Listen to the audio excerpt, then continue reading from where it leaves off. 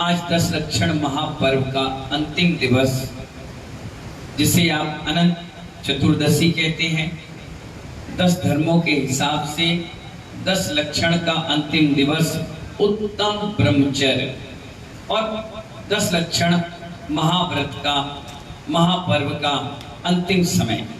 आज के दिन में सारे विश्व के जिनालय ठसाठस भरे होंगे। कोई पूजा कर रहा होगा, कोई जाप कर रहा होगा, कोई उपवास कर रहा होगा। बाई चांस ही कोई ऐसा व्यक्ति होगा जो आज के दिन भरपेट भोजन करे।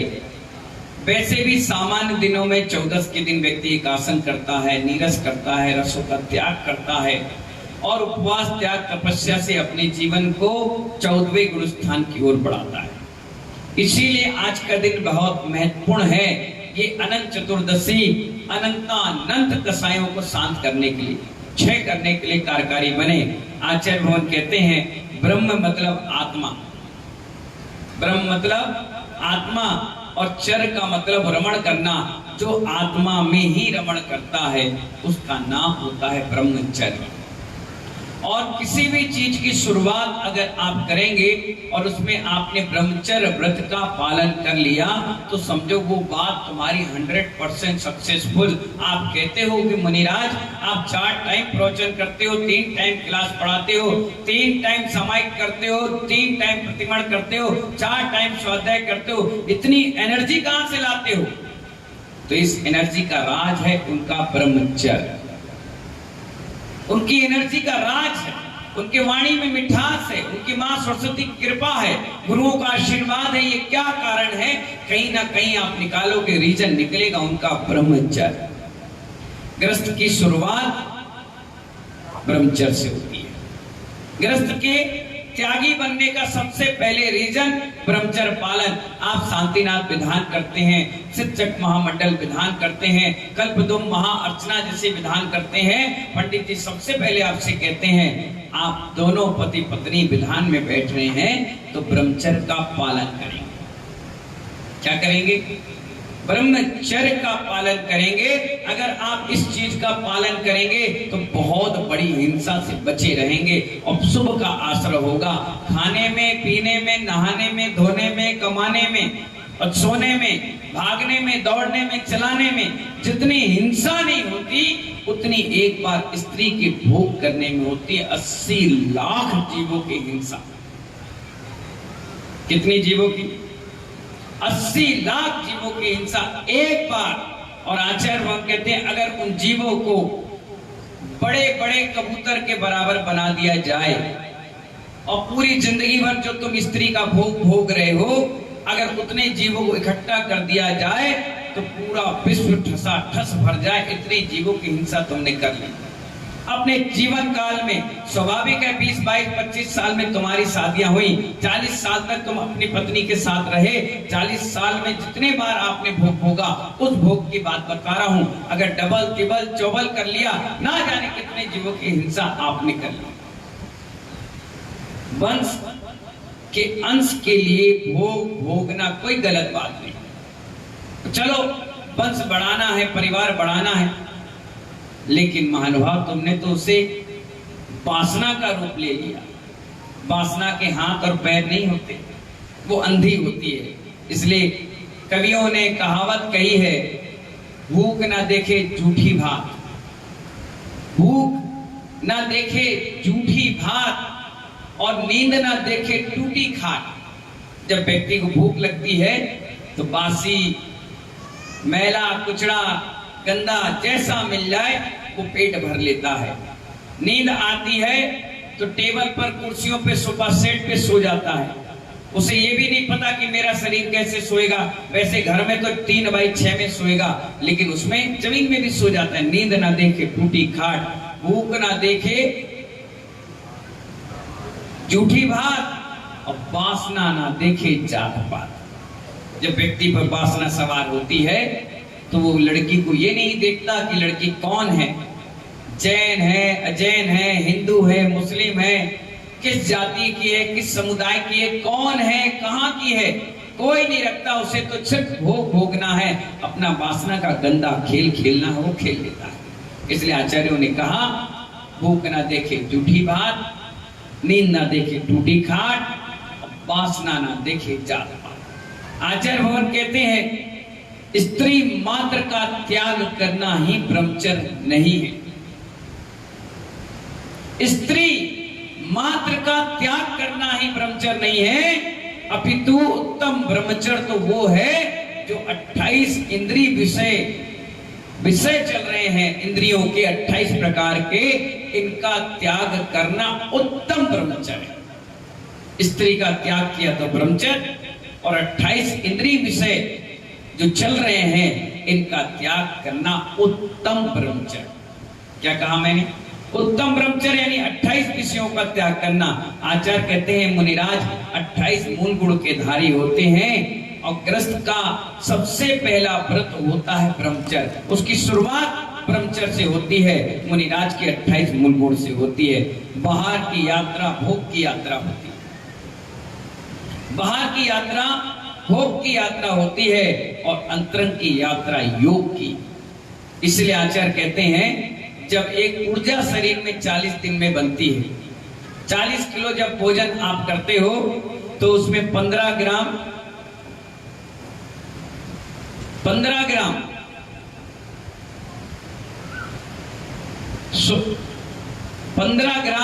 ब्लड का निर्माण होता है। कितने ग्राम? जब 40 दिन भोजन करोगे रोज अच्छा बढ़िया पौष्टिक, तब जाकर 15 ग्राम ब्लड का निर्माण होता है, और 5 ग्राम शुक्र का। 40 दिन खाने पीने के बाद और तनिक सी वासना के कारण तुम उस ऊर्जा को निकाल देते हो। आचार्य कहते हैं एक ऊर्जा शरीर में हर व्यक्ति के बनती है। उस ऊर्जा का काम क्या है? उस ऊर्जा को अगर ऊपर खींच लिया आपने, ध्यान के माध्यम से, साधना के माध्यम से, समय के माध्यम से, अगर उस ऊर्जा को बनी और उनको ऊपर खींचते हुए इस ललाट पर, इस मस्तक पर ला करके क्षय कर दिया, तो मानवा भगवान को जन्म देती है। और वो ऊर्जा अगर नीचे से निकल गई तो संतान और शैतान को जन्म देती। इसलिए ऊर्जा आपके पास भी और हमारे पास भी, हमने उसको ऊपर खींच लिया इसलिए भगवान बन गए, आपने नीचे से निकाल दिया इसलिए आपके घर में संतान की जन्म हो गया। आचार्य कहते हैं पतित से पावन होने वाली समस्त आत्माओं ने सबसे पहले ब्रह्मचर्य का ही पालन किया। आप हिंदुओं में देख लो, आप जैनों में देख लो, अन्य कौमों में, अन्य जातियों में भी देख लीजिए, जो उनके साधु महात्मा होते हैं वो भी पूर्णतः ब्रह्मचर्य का पालन करते हुए रहते हैं। सकल सिद्धियों का राज ब्रह्मचर्य। मालूम है श्री कृष्ण ने द्वारिका बसाई तो 3 दिन उपवास करने के बाद ब्रह्मचर्य पालन करके सिद्धियां प्राप्त करी, तब जाकर रास्ता मिला। रामचंद्र जी ने रावण पर विजय प्राप्त करने के लिए जब गए तो उन्होंने भी ब्रह्मचर्य पालन वन में पालन करते गए और चलते चले गए। यहां तक कि चक्रवर्ती भरत भी जब 6 खंड का अधिपति विजय यात्रा पर निकला तब भी उसने ब्रह्मचर्य पालन करके निकला। उन ब्रह्मचर्य के कारण ही अनेक सिद्धियां हो जाती हैं। आप कहते हो ना, हे मुनिराज आपको इतनी सिद्धियां क्यों हैं, इतने पावरफुल आप क्यों हैं? ये हमारा ब्रह्मचर्य का ही सबसे बड़ा अटूट माध्यम है। आचार्य भगवान कह रहे हैं यहां पर हमारे पास सोचने का समय बहुत कम बचा है। बच्चे बच्चियां ये सब आज के समय में TV, serial, mobile, YouTube, laptop, इसके जमाने में इतनी ज्यादा बिगड़ चुके हैं कि एक छोटा सा बच्चा भी आता है तो नमोकार मंत्र नहीं फिल्मी डायलॉग मारता है। अभी कुछ दिन के पहले की बात है, एक पिता अपने बच्चे को लेकर आया, 3 साल का बच्चा था जो ढंग से बोलना भी नहीं जाता, और वो आकर के कह रहा है महाराज श्री हमारा बेटा है, बेटा महाराज श्री को नमस्ते करो। मैं नमस्ते कर ली। हाँ भाई कुछ सुनाओ। हमने कहा सुनाओ भाई, क्या सुनाओगे, बच्चा छोटा है कुछ तो सीख के आएगा। तो क्या कह रहा है सुनो। कहां से ब्रह्मचर्य खंडित होता है सुनिए। वो कह रहा है गोरे गोरे मुखड़े पे काला काला चश्मा। मैंने उसके पिता से कहा ये क्या सिखाया तुमने? बोले चुप चुप चुप चुप। वो कह रहा पापा आपके मोबाइल में तो देखा था कल। पिताजी का चुप, गंदी चीज बोलता है, नमकार मत सुना। नहीं नमकार मत सुना दिया। मैंने कहा अच्छा ठीक। मैंने कहा बेटा ये गाना कहाँ तुमने सीखा? बोले पापा के मोबाइल के रिंगटोन में बज रहा था। जब दिन भर 50 फोन बजेंगे तो बच्चा तो मास्टरमाइंड है, वो तुरंत वॉच कर लेता है। इसलिए आचार्य भगवान कह रहे हैं ऐसी कुसंस्कृति आपने बच्चों के अंदर डाल दी है, तभी तो 10 और 12 15 साल में वो वैक्स हो गए, मूछ आ गई, दाढ़ी आ गई, वो सब चीज समझने लग गए कि ब्रह्मचर्य होता है क्या, बच्चे का जन्म कैसा होता है, क्या स्त्री है क्या जेंट्स है। मानवा ये कुसंस्कृति आपने मोबाइल में परस दी, इस कारण से बच्चा बचपन में ही बिगड़ गया। अब जब वो 18-20 साल का होता है तो आपको लायक नहीं, आपको नालायक समझता है और खुद को क्या समझता है? लायक समझता है, समझदार समझता है। इसलिए आपसे मेरा कहना निवेदन है बच्चों को इन सब चीजों से बचा कर रखो। अगर आज बचा कर रखोगे तो कल चेहरे दिखाने लायक रहोगे, नहीं तो चेहरा छुपा छुपा कर घूम घूम करके पूरी जिंदगी खून के आंसू बहाने पड़ेंगे।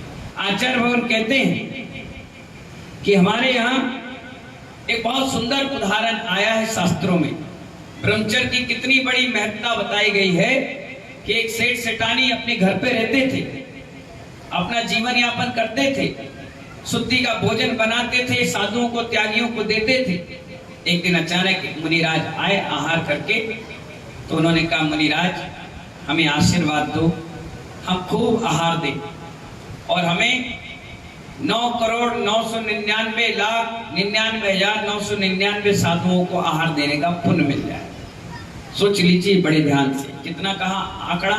9,99,99,99,999 निर्गंत साधुओं को आहार देने का पुण्य मिल जाए।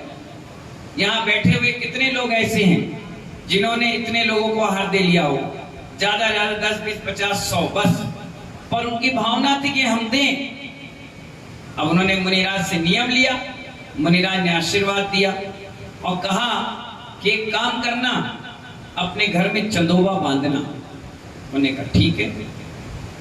तो उन्होंने कहा सुनो, चंदोबा कौन से रंग का बांधोगे?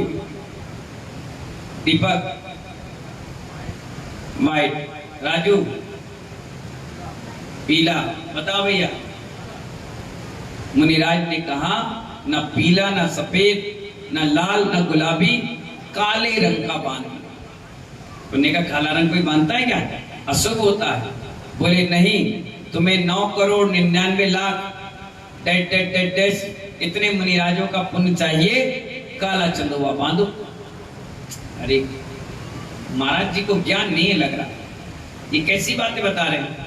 काला कपड़ा मना करते हैं मंदिर में पहनने के लिए, और काला चंदोबा कैसे बांधेंगे? ठीक है महाराज जी आप कह रहे हो, चलो बांध देंगे। फिर क्या करें? बोले अब प्रतिदिन तुम्हारा नगर बहुत बड़ा है, हजारों घर हैं, एक काम करना, पहले दिन नीरू को ले आना, दूसरे दिन कपूरे को ले आना, तीसरे दिन महाकाल को ले आना, चौथे दिन रानू को ले आना, पांचवें दिन ब्रजभूषण को ले आना। जिनकी धर्मपत्नियां हैं उन सबको जोड़ी जोड़ी से घर पर भोजन के लिए आमंत्रण देना, और बीच में कभी साधु आ जाए तो उनको भी ले आना। और सुनो, जिस दिन काला चंदोबा सफेद हो जाए, समझ जाना 9,99,99,999 साधुओं को आहार देने का पुण्य मिल गया। ऐसे कैसे होगा गुरुजी? ऐसा ही होगा, तथास्तु, और चलेंगे। दोनों पति पत्नी बैठे सोचने लगे, काला चंदोबा सफेद कैसे? हमें तो विश्वास नहीं हो रहा। काला भूरा हो सकता है गंदगी लगते लगते, सफेद काला हो सकता है, लेकिन काला सफेद हो जाए, आई कांट बिलीव दिस। और कमरे में लगा, बाहर नहीं लगा, धूप में उड़ जाए। पत्नी बोला, मुनिराज ने कहा करो। दोनों मियां बीवी लगे और चंदोबा बांध दी। एक एक करके उन्होंने सबको बुलाया। आज इनको, कल उनको, परसों उनको, बीच बीच में मुनिराज भी आहार करके चले गए, त्यागी भी आ गए, आरिका भी आ गए, चुल्लक भी आ गए, सब आहार करके चले गए, लेकिन काला चंदोबा सफेद नहीं हुआ। एक स्टोरी यही समाप्त कर दी। अब दूसरी स्टोरी सुनिए। एक गांव था, उस गांव में एक छोटा सा युवक 18-20 साल का, साधु का चतुर्मास हो रहा था, वो जुड़ गया। हमारे गोलू की तरह, हमारे नमन की तरह, हमारे आशीष की तरह खूब आए जाए, उठे बैठे, सेवा भाव व्यवस्था सब में आगे अग्रणी भूमिका में रहा। और उत्तम ब्रह्मचर्य का प्रवचन सुनकर मुनिराज के कमरे में गया, कहा गुरुजी मुझे ब्रह्मचर्य व्रत चाहिए। मुझे लगा 80 लाख कोटि जीवों की जब हिंसा होगी कितना बड़ा पाप लगेगा, मैं चाहता हूं मुझे ब्रह्मचर्य दो। मुनिराज ने कहा तुम्हारी अभी शादी भी नहीं हुई और ब्रह्मचर्य की बात कर रहे हो, तुम्हारे घर परिवार क्या कहेंगे? बोले एक काम करिए गुरुजी, 2 पक्ष होते हैं ना, एक कृष्ण पक्ष और दूसरा शुक्ल पक्ष, 15 दिन कृष्ण 15 दिन शुक्ल। एक काम करिए शुक्ल पक्ष का ब्रह्मचर्य दे दीजिए, 15 दिन हमारे हो जाएंगे और 15 दिन धर्म के हो जाएंगे। मुनिराज ने कहा तथास्तु, 9 बार नमोकार मंत्र पढ़ो, ठीक है जाओ। लड़का खुशी खुशी घर आ गया और घर में आकर मस्त रहने लगा, किसी को बताया नहीं। ब्रह्मचर्य की बात ऐसी है कभी किसी को बताई नहीं जाती, अगर बता दें तो लोग हंसी उड़ाते हैं, इस व्रत की भी, तुम्हारी भी और तुम्हारे धर्म की भी, इसलिए बात बताई नहीं जाती। चुपचाप तरीके से ब्रह्मचर्य व्रत लिया और चुपचाप पालन करिए। उसकी ताकत तो मौन में, बोल करके नहीं है। क्या समझ में आया?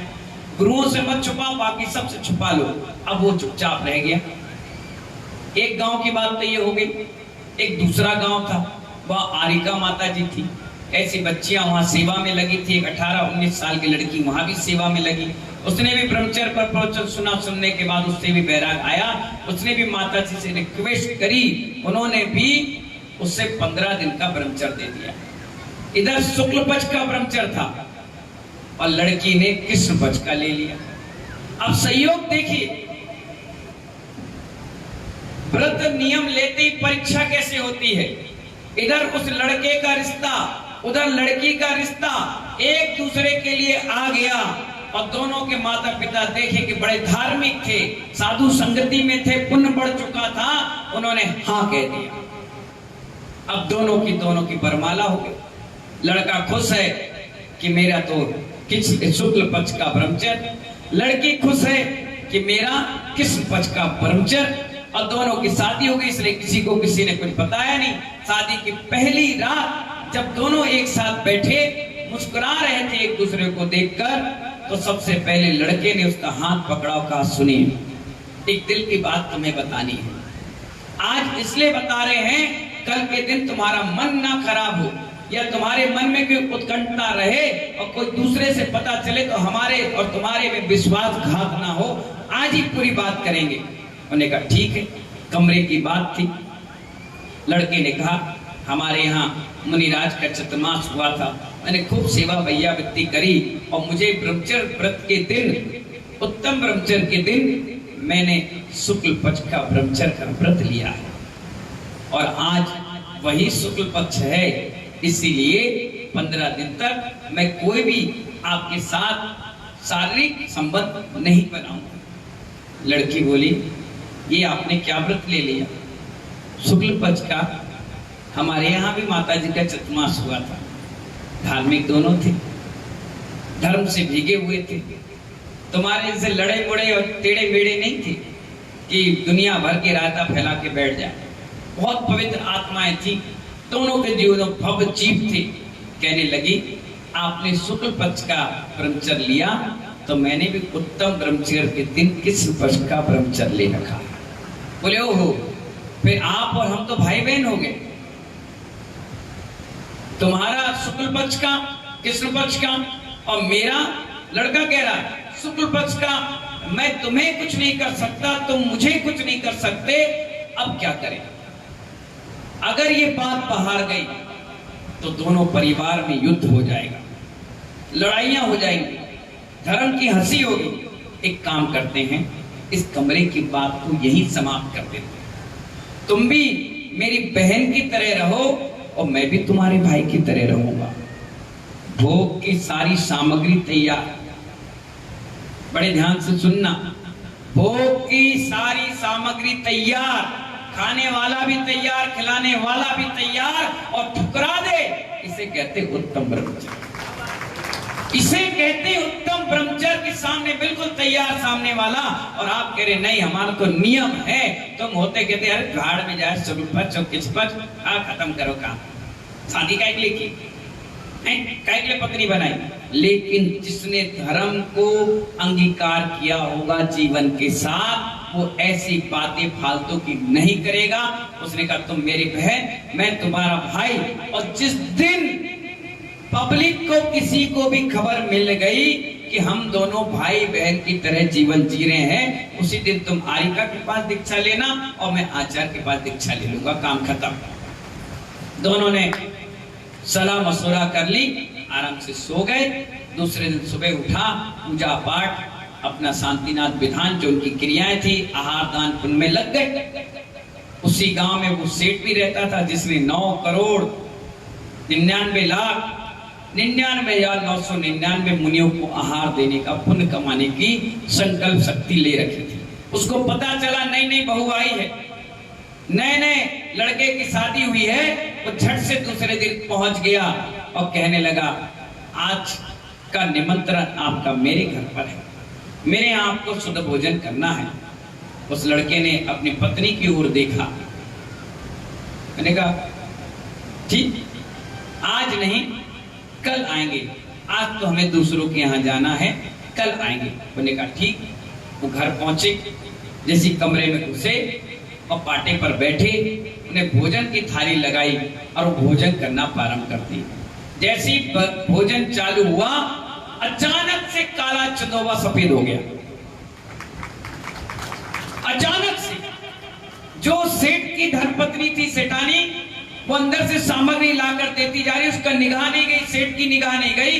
अचानक से सेठानी जैसी जल लाकर दी कुल्ला करने के लिए, उसका पल्लू सरक गया, उसने पल्लू ही उठाया, काला चंदोबा सफेद दिखा। उसने कहा सुनो जी, हमारा काला चंदोबा सफेद हो गया,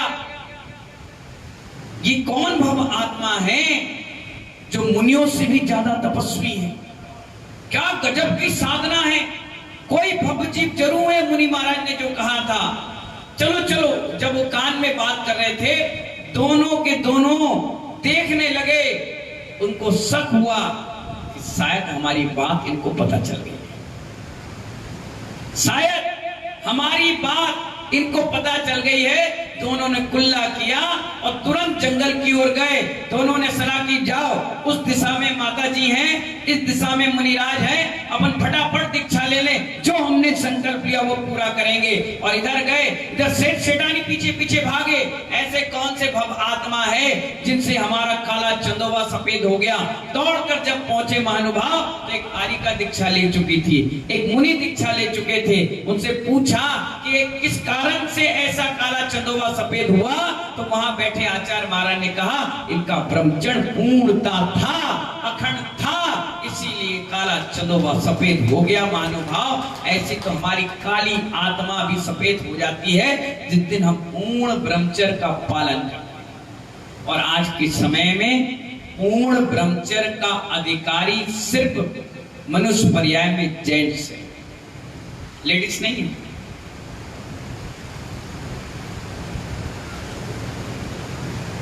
जेंट्स ही पूर्ण ब्रह्मचर्य का अधिकारी है, लेडीज नहीं है। आचार्य कहते इसीलिए मोक्ष का अधिकारी भी जेंट्स को बनाएगा। उसके पावरफुल वर्गणाएं इतनी पावरफुल हैं, ऊर्जा इतनी पावरफुल है कि जेंट्स की कभी इज्जत नहीं लूटती, कभी नहीं। वो अपनी इज्जत, अपना ब्रह्मचर्य पूर्णता रक्षा करके महानुभाव मोक्ष का अधिकारी बनता है। आज की जो ये कहानी है, दोनों का नाम था श्री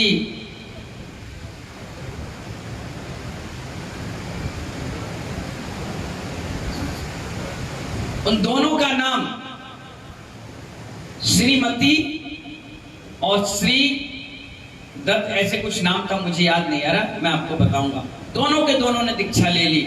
आचार्य महाराज ने कहा, जब भोग की सामग्री सब कुछ थी और आपने त्याग किया, ये सबसे बड़ी बात है। कोई भूखा व्यक्ति बैठा हो और सामने 56 भोग रखे हो और वो कहे कि नहीं मेरा आज उपवास है, ये तो सबसे बड़ी बात है कि इंद्रियां जागृत हो गई, सब कुछ हो चुका और आपने त्याग कर दिया। आज के इस युग में भी आप ब्रह्मचर्य का पालन कर सकते हैं। कैसे कर सकते हैं? आराम से 1 महीना आपके पास है, 15 दिन धर्म के लिए दे दो और 15 दिन अपने लिए ले लो। इतना भी ना कर पाए, सुकरात नाम का एक बहुत बड़ा दार्शनिक हुआ, उससे पूछा गया कि सुकरात एक बात बताओ, तुम ब्रह्मचर्य पे बहुत प्रवचन देते हो, एक बात बताओ हमें स्त्री का भोग कब तक करना चाहिए? उन्हें कहा संतान की उत्पत्ति हो जाए बस। फिर भी मन ना माने, बोले साल में 1 बार। बोले फिर भी मन ना माने, बोले 6 महीने में 1 बार। बोले फिर भी मन ना माने, बोले 3 महीने में 1 बार। बोले फिर भी मन ना माने, बोले 45 दिन में। ये तो विज्ञान भी कहता है। बोले फिर भी मन ना माने, बोले महीने में 1 बार। बोले फिर भी, बोले 15 दिन में। बोले फिर भी, बोले 1 हफ्ते में। बोले फिर भी, बोले कफन की तैयारी करो, तुम्हारी डेड बॉडी आने वाली है।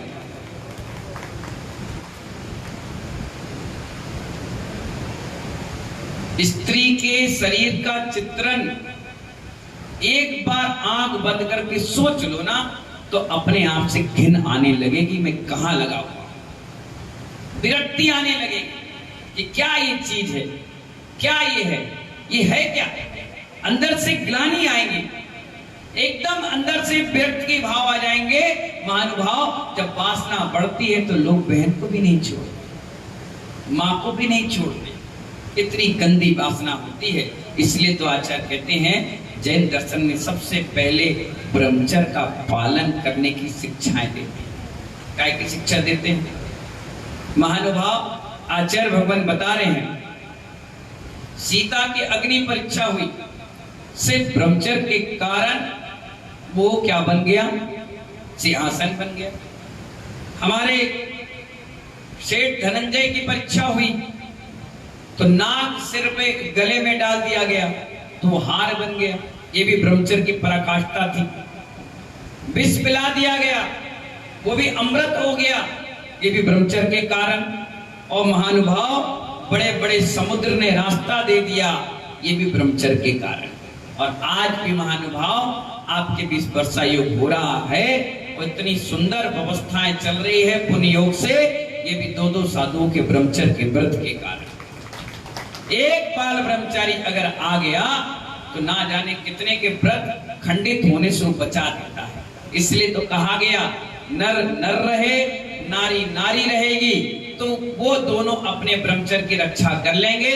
अगर नारी नर की तरह दिखने लग जाए और नर नारी की तरह से दिखने लग जाए, अपने पर्याय के विपरीत अभिप्राय करने से ही ब्रह्मचर्य खंडित होता है, अन्यथा नहीं होता। मर्यादित कपड़े, मर्यादित जीवन जीने से भी महानुभाव ब्रह्मचर्य की रक्षा हो जाती है। पहले के समय में इतने बलात्कार, इतनी हिंसात्मक तांडव नहीं होता था। जब से व्यसन और फैशन ने अपने जीवन पर हावी बना पालन कर दिया, तब से हमारे यहाँ ये बलात्कार और ये घिनौनी हरकतें प्रारंभ हो गई। नहीं तो स्कूल में भी लड़कियां दुपट्टा ढक कर जाती थी, लड़के पेंट शर्ट फुल बाहीं की पहन कर जाते थे, टाई लगा कर जाते थे, जमीन पर बैठकर पढ़ते थे, लिखते थे। आजकल सारा लैपटॉप में नेट पर डला है, लिखने का काम खत्म, सिर्फ और सिर्फ नेट है तो कहीं ना कोई व्यक्ति सेट है। यही आचार्य भगवान यहाँ पर आपको शिक्षा दे रहे हैं। जरा सा ऊर्जा इकट्ठी हुई तो आपने उसको वासना के रूप में परिवर्तित कर दिया तो रावण का जन्म हो जाता है, और प्रार्थना के रूप में परिवर्तित कर दिया तो राम का जन्म हो जाता है। इसलिए महानुभाव, आप सभी से ये कहना है कि आज का जो ब्रह्मचर्य का दिन है, ये आप सभी के लिए बहुत बड़ी शिक्षा लेकर आया है। आपके 2 बच्चे हो गए, 3 हो गए, 4 हो गए, अब आप कोई वासना का खेल नहीं खेलना चाहिए। इसीलिए आचार्यों ने गृहस्थ के लिए भी ब्रह्मचर्य पालन के लिए बहुत अच्छी एक नियमावली बना दी। स्वादार संतोष व्रत, 12 व्रतों में एक है व्रत स्वादार संतोष व्रत। अपनी पत्नी के अलावा कहीं भी बुरी नजर ना डालना, और अपनी पत्नी में भी महानुभाव 15 दिन अखंड ब्रह्मचर्य का पालन करना, और 15 दिन तुम्हारा। अगर ये भी ना कर पाओ तो हफ्ते में एक अष्टमी और 14 आती है, उस दिन नियमावली पालन कर लें। नवरात्रि आती है, अष्टानिका आती है, इससे पर्व के दिन 10 लक्षण आते हैं, ये दिन आप पालन कर लीजिए। अब एक आपसे क्या बताएं, तो बच्चे हमारे पास आए और कहने लगे महाराज श्री आपके पीछे हमें लेना है। मैंने उनसे कहा ब्रह्मचर्य व्रत लेना पड़ेगा। अच्छा ठीक है, कल आपको बताएंगे। वो बाजार में गए, पता नहीं कहां घूम फिर के आए, दूसरे दिन फिर आ गए। मैंने कहा हाँ भाई कल पिच्छी लेने की बात थी, बताओ। तो बोले महाराज जी पिच्छी तो हम ले लेंगे, लेकिन हमें बाहर की छूट दे देना। मैंने कहा ये ब्रह्मचर्य व्रत को तुमने क्या समझा है? बोले यही तो आलू प्याज नहीं खाना। मैंने कहा आलू प्याज से ब्रह्मचर्य का मतलब नहीं है, इंद्रियों को कंट्रोल करने का नाम ब्रह्मचर्य है। अरे तो हम नहीं कर पाएंगे। मैंने कहा बाहर की छूट क्यों कह रहा था? बोले आप ये सोचे कि आलू प्याज त्याग करना होगा, तो जब तक डबरा में रहेंगे तो त्याग है, और डबरा से बाहर जाएंगे तो खाएंगे। मैंने कहा नहीं, ब्रह्मचर्य अंदर हो चाहे बाहर हो, चाहे विदेश में हो चाहे देश में हो, ब्रह्मचर्य तो पालन करना ही पड़ेगा। तो महानुभाव जो 60 प्लस हो गए हैं उन्हें तो 25-25 दिन का ब्रह्मचर्य पालन करना चाहिए। जो 50 प्लस हो गए वो कम से कम 15 दिन का ब्रह्मचर्य ले ले। जो 30 और 35 के हैं वो कम से कम अष्टमी 14 का ले ले। और कोई अभी नए नए बच्चे हैं तो वो ये ले ले, जब तक हमारी शादी नहीं होती तब तक हमारा ब्रह्मचर्य व्रत रहेगा। इससे मानव जीवन में पुण्य की आभाएं, सफलताएं की सीढ़ियां और मोक्ष का मार्ग प्रशस्त होता है। जिस दिन ब्रह्मचर्य ले लोगे उस दिन से जीवन की खाने पीने उठने बैठने की शैलियां अपने आप बदल जाती है। अपने आप ऐसा लगता है पीछे से तो कोई है हमें रोक रहा है, कोई हमें टोक रहा है। और महानुभाव इसे अनाउंसमेंट या पेपर में छपाया नहीं जाता। आपने कहा सिंपल चढ़ाकर, हमने कहा आशीर्वाद, बस इतने ही में काम हो जाता है। इसलिए आचार्यों को कहना पड़ा कि आप सभी लोग ब्रह्मचर्य के अधिकारी हैं, और ये मूल सिद्धांत आपका है कि कम से कम महीने में 2 दिन, 5 दिन, 8 दिन, 10 दिन, 15 दिन इसका पालन करें। और जो 70 और 80 साल के बुजुर्ग हो गए हैं उन्हें तो 28 दिन का ब्रह्मचर्य का पालन करना चाहिए। इससे आपको शुभ का आश्रय होगा। भरत चक्रवर्ती अगर पत्नी से 1 घंटे भोग भोगता था तो 2 घंटे समय करके उसका प्रायश्चित लेता था। अंदर से ग्लानि आती थी उसको कि अरे मुझे तो मोक्ष जाना है और मैं किस फालतू चीजों में लगा हुआ हूँ। ये फालतू के बच्चे पैदा करना, वंश बढ़ाना, क्या ये फालतू की चीजें अनादि से हम करते आए, अनादि तक करते चले जाएंगे। इससे होना जाना कुछ नहीं, सिर्फ पाप आश्रय होता है। इसलिए भगवान आज से मैं इस सब चीजों का त्याग करता हूँ। ऐसी भावना जब आप भाओगे तब जाकर इस उत्तम ब्रह्मचर्य में आगे बढ़ पाओगे। इसलिए महानुभाव आप सभी से मेरा निवेदन, अपने स्थान से जब खड़े हो तो मन में संकल्प लेकर के खड़े हो कि अब हमें ब्रह्मचर्य का पालन करना है। किसी का पति नहीं है, किसी की पत्नी नहीं है, तो वो क्या करे? उसे आजीवन ब्रह्मचर्य ले लेना चाहिए। इन्हीं मंगल भावना के साथ जय बोले उत्तम ब्रह्मचर्य व्रत की जय।